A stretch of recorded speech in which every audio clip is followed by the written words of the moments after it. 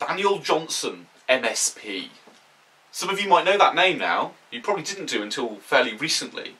But Daniel Johnson has become sort of fairly infamous on certain shooting circles because he's written a letter to his local superintendent saying how terrible it was that a gun shop was opening near his local primary school because he felt that it was inappropriate, you know, as if it... I don't know, I think he was looking at it as if it was some sort of a strip club or...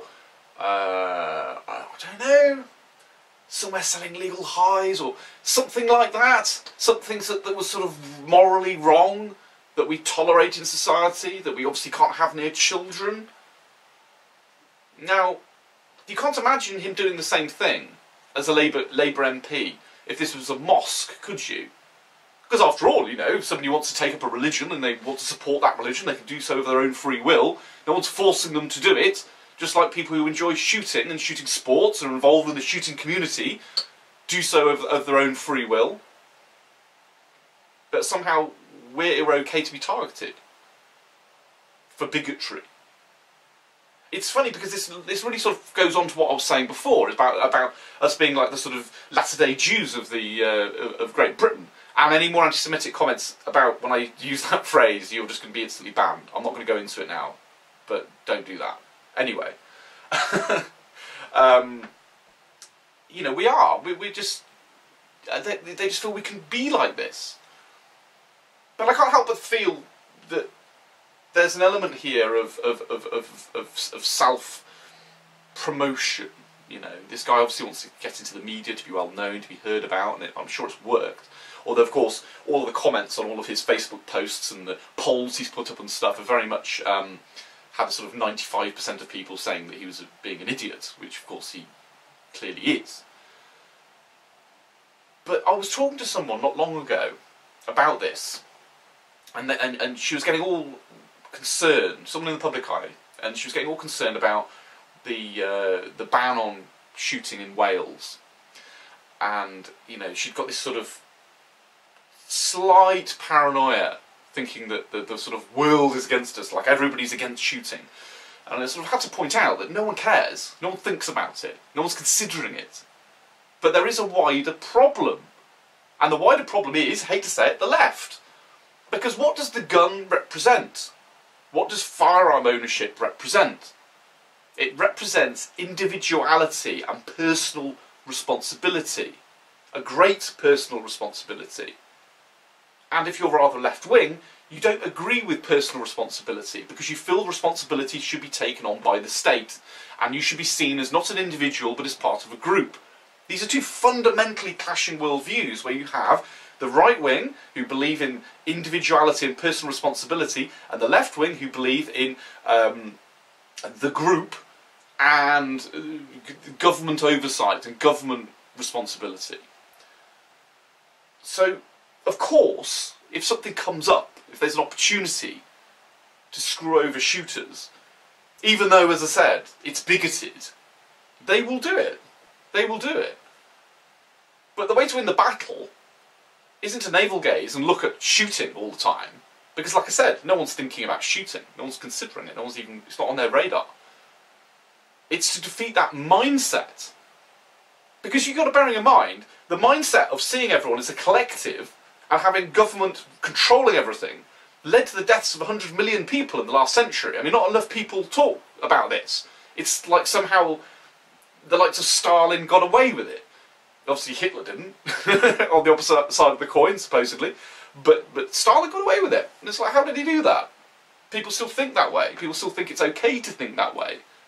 To look at, not as an individual people doing individual things and saying that person's done something bad and that person's done something good, but to say this group's good, this group's bad, because that's the way they see it. And that leads to tyranny, doesn't it? So I guess what I'm saying is the way to combat this on a wider scale is to not just be obsessed with shooting, just do all sorts of things.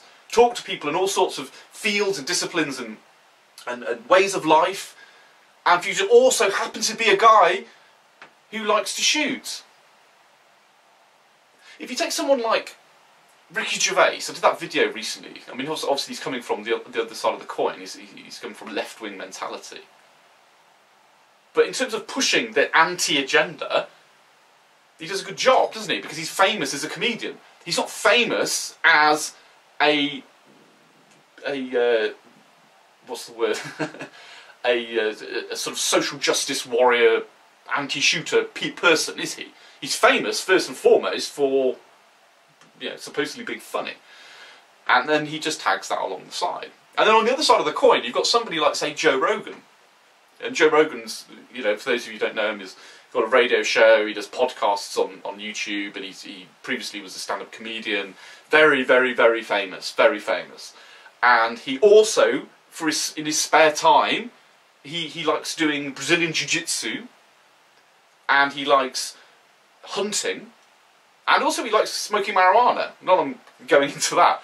But for people who would be advocates for any of those three things, he does a great job in promoting them, doesn't he? Because he's not famous for that. You don't become famous as somebody who's like, you know, a protester, do you? You don't become widely known because of your stance on this issue. No, you become widely known for something else, something popular, something that people will love you for.